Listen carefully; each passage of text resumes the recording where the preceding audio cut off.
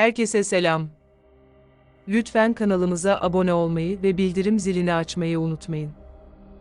Lütfen videoyu sonuna kadar seyredin ve bölümün tüm ayrıntılarını öğrenin. Dizinin son bölümünde yaşananları ve yeni bölümde yaşanacakları anlatacağız. Dizinin özet bölümünü seyretmek istemeyenler videoyu ileri sarabilirler. Bölüm müştemilat odasında Yekta ve Hira'nın konuşması esnasında başlıyor. Hira Yekta'ya boşanmak istediğini söylemişti.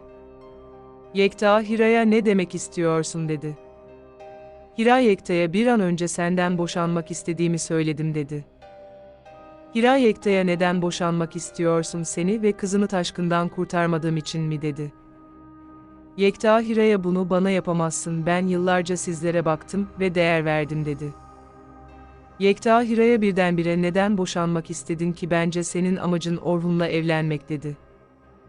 O anları kapı arkasından Sultan dinlemeye başladı. Hira Yekta'ya "Aslında seni yeni tanımışım, sen hırslarının peşinden koşacak kadar tehlikeli birisisin." dedi. Yekta Hira'ya "Seninle gerçek bir evlilik yapmamış olabiliriz ama Sahra'ya babalık yaptım." dedi. Hira Yekta'ya "Sahra senin gibi bir adamın yanında büyüyeceğine babasız büyüsün daha iyi." dedi. Yekta Hira'ya "Ben nasıl bir adammışım, neden benden nefret ediyorsun?" dedi. Hira Yekta'ya "Sen bencil ve kendini düşünen bir adamsın." dedi. Yekta Hira'ya "Sahra bu travmayı atlatamaz, benimle boşanmaya cesaret edemezsin." dedi. Yekta Hira'ya "Hayır, seninle asla boşanmam, seni bırakmam." dedi. Hira Yekta'ya "Ben ve kızım yeni bir hayata başlayacağız." dedi. Hira Yekta'ya "Senin Sahra'yı önemsediğini hiç zannetmiyorum. Hira Yekta'ya "Senin tek derdin bana sahip olmakmış." dedi ve oradan ayrıldı. Hira bahçede yürürken parmağından evlilik yüzüğünü çıkarttı. Hizmetçi Sultan ise öğrendiği yeni bilgileri söylemek için Afife'nin odasına gitti ve anlatmaya başladı. Afife'nin yine şiddetli baş ağrıları devam ediyordur.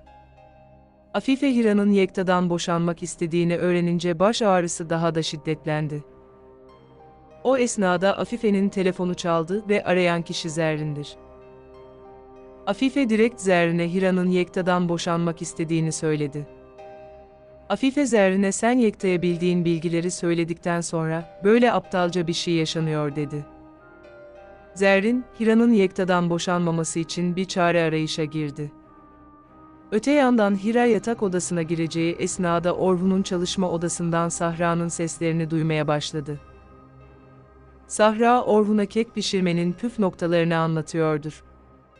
Orhun gülümseyerek Sahra'ya "Bence bu ikimizin arasında bir sır olsun." dedi. Hira açık kapıdan onlara bir müddet izlemeye başladı. Aslında Hira, Orhun ve Sahra'nın iyi anlaşmasından mutluluk duyuyordur. Hira odaya girince Sahra hemen babasının durumunu sordu. Hira Sahra'yı öptü ve babasının iyi olduğunu söyledi. Orhun Hira'ya "İyi görünüyorsun." dedi. Hira Yekta'dan kurtulmak için bir adım attığı için içindeki sıkıntıdan kurtulmuş gibi güçlü görünüyordur. O esnada odaya Sultan giriş yaptı. Sultan Orhun'a "Yekta, Hira ile görüşmek için dış kapıda bekliyor." dedi. Hira bahçede bekleyen Yekta'nın yanına gitti ve sessizce durdu.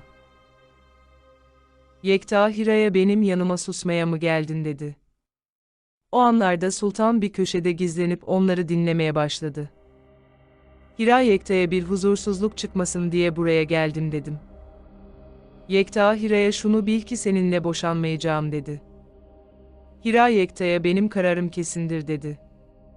Yekta Hira'ya "Büyük sırrını Orhan'a anlatırsam yine de benden boşanmak ister misin?" dedi. Hira Yekta'ya "Sen ne saçmalıyorsun?" dedi. Yekta Hira'ya "Yıllarca Orhun'u kızından ayırdın ve Orhun'un kızına beni baba olarak tanıttın." dedi. Yekta Hira'ya "Orhun senin bu yaptıklarını öğrenirse kızını senden alır ve sana bir bedel ödetir." dedi. Yekta Hira'ya "Ben istediğin zaman kullanılacak ve istediğin zaman atılacak bir insan değilim." dedi. Yekta Hira'ya "Yarın köşktekilere barıştığımızı göstermemiz gerekiyor." dedi ve oradan ayrıldı. Yekta açıkça Hira'ya "Boşanırsak sırrını Orhun'a anlatırım." dedi. Sultan hızlıca Afife'nin odasına gitti ve duyduklarını anlatmaya başladı. Sultan Afife'ye Yekta Hira'yı tehdit etti dedi. Sultan Afife'ye Yekta, Hira ile boşanırsa Orhun'a gerçekleri söyleyecekmiş dedi. Afife sinir krizi geçirmeye başladı. Afife, Sahra'nın Orhun tarafından bilinmemesi için olaya müdahale edecektir. Hira evin koridorunda çaresizce ve gözünde yaşlar akarak yürürken Orhun ile karşılaştı. Orhun Hira'ya Yekta sana bir şey mi yaptı dedi. Hira Orhun'a Yekta benden boşanmamak için af dilemeye çalışıyor dedi. Orhun Hira'ya en doğru kararı vereceğinden eminim dedi. Daha sonra Hira yatak odasına gitti ve ağlamaya başladı. Diğer tarafta ise Gürbüz adamlarıyla Aziz'in evine baskına gelmişti. Gürbüz'ün Aziz'i tehditleri devam ederken Gürbüz'ün telefonu çaldı ve arayan kişi büyük patrondur. Büyük patron Gürbüz'e Aziz'e karışmaması konusunda emir verdi. Gürbüz büyük patrondan gelen emir karşısında çaresizdir. Gürbüz hızlıca adamlarıyla birlikte orayı terk ettiler. Gürbüz gittikten sonra Aziz'in de telefonu çaldı ve arayan bir adam Aziz'e büyük patron Gürbüz ile çatışmanızı istemiyor dedi. Dakikalar ilerledi Gürbüz, Aziz ofisine çağırdı ve Aziz Gürbüz'ün yanına gitti. Gürbüz, Aziz'e Elif'i baban için öldürmediğini Ece'den öğrendim dedi.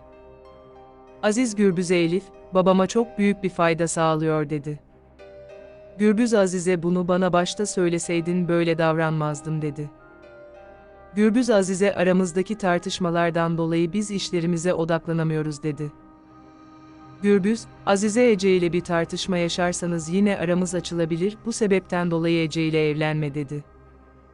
Aziz Gürbüz'e sen nasıl istersen öyle olsun dedi. Gürbüz ve Aziz yeni bir anlaşma yaptılar. Aslında Gürbüz Aziz'e güvenmiyordur fakat büyük patrondan dolayı Aziz'e bir şey yapamıyordur. Gürbüz, Aziz'e dost gibi davranacak ve doğru bir zamanda Aziz'e yaptıklarının bedelini ödetecektir. Böylece Aziz ve Ece'nin evlilik planı iptal olmuş oldu. Ece, Aziz ile evlenemeyeceğini öğrenince büyük bir üzüntü yaşamaya başladı. Gürbüz Ece'ye Aziz'in gizli bir düşman olduğunu söyledi. Aziz'in evindekiler ise Aziz'in Gürbüz ile anlaşmasından dolayı seviniyorlardır. Elif, Aziz'in Ece ile evlenmeyi planının iptal olduğunu öğrenince kendisine bir korku kapladı. Diğer tarafta ise akşam vakti Hira yatak odasındadır ve Sahra'yı uyutuyordur. Hira içinden konuşarak ne yapacağımı bilemiyorum, Yekta ile boşanırsam Sahra'yı kaybedebilirim dedi. Hira Sahra'yı kaybetme korkusu yaşadığı için psikolojisi alt üst olmuş durumdadır. Hira Sahra'yı uyuttuktan sonra odadan çıktı ve bir anda ağlamaya başladı. Dakikalar ilerledi, Orhun çalışma odasında Sahra'nın oyuncak ayısını gördü. Orhun oyuncak ayı Sahra'ya vermek için Hira'nın yatak odasına doğru gitti. O esnada Sahra'nın bağırışlarını duyunca Orhun odada kimsenin olmadığını fark etti ve Sahra ile ilgilendi. Diğer tarafta ise Afife Yekta'nın bulunduğu müştemilat odasına girdi ve onunla konuşmaya başladı. Afife Yekta'ya buraya aptalca yaptığın davranışları düzeltmeye geldim dedi. Afife Yekta'ya sen Hira'yı tehdit ederek evliliğini kurtarmaya çalışıyormuşsun dedi. Yekta Afife'ye sen Sahra'nın torunun olduğunu biliyorsun dedi. Yekta Afife'ye doğrusu beni şaşırttın dedi. Afife Yekta'ya o sırrı Orhun kesinlikle bilmemeli diye tehdit etmeye başladı. Yekta da Afife'ye eğer Hira ile boşanırsam o sırrı Orhun öğrenir dedi.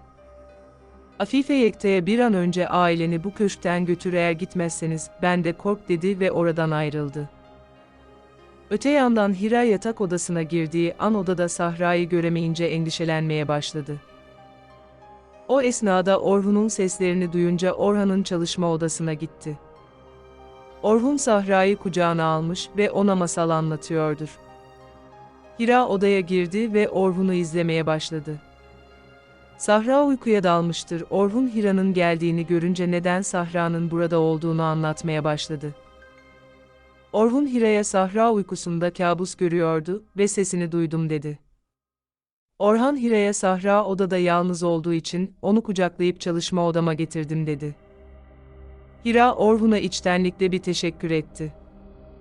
Daha sonra Hira Sahra'yı kucağına aldı ve onu yatak odasına götürdü. Hira kızını yatağa yatırdıktan sonra ağlamaya başladı. Hira kendi kendine konuşarak "Allah'ım bana yardım et, ne yapacağımı bilemiyorum" dedi. Hira Sahra'yı kaybetmekten çok korkuyordur. Hira hüzünlü dakikalar yaşarken Sahra gözünü açtı ve Hira'ya susadığını söyledi. Hira mutfağa su almaya gitti. Hizmetçi Behiye mutfağa giren Hira'nın gözyaşları içerisinde olduğunu görünce endişelendi. Behiye Hira'ya "Zor bir süreçte olduğunun farkındayım, herkesin yaşadığı zorlukları vardır" dedi. Behiye Hira'ya "Olaya iyi yönünden bak, Sahra ile birliktesin" dedi. Behiye Hira'ya "Bir iftira yüzünden oğlumdan ayrı kalmak zorunda kaldım" dedi. Behiye Hira'ya "Şu anda oğlum benden nefret ediyor" dedi. Hira Behiye'nin yaşadığı zorlukları öğrenince büyük üzüntü yaşadı. Behiye Hira'ya "Sahra ile birlikte olduğun için Allah'a şükret" dedi.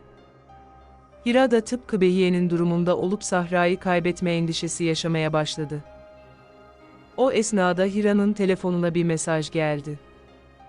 Hira'ya "Arka bahçeye gel, konuşmamız gerekiyor" diye Yekta'dan bir mesaj geldi. Hira Yekta'nın yanına gitti ve "Ne istiyorsun?" dedi.